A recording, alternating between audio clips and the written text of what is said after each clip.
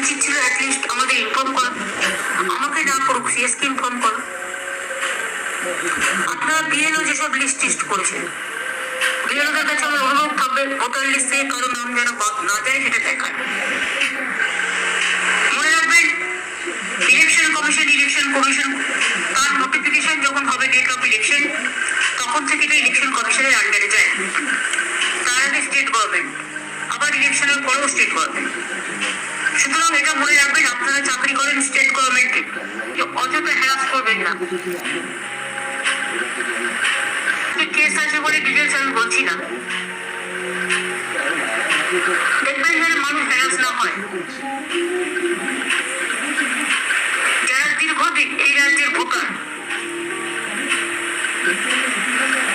একটা লোক 4 দিন গেল, তখন সে একটা কোথাও ঘুরতে গেছে, তাই বলে আপনি তার নাম দিয়ে দেবেন? আপনাকে দেখতে হবে তার অরিজিনাল অস্তিত্ব আছে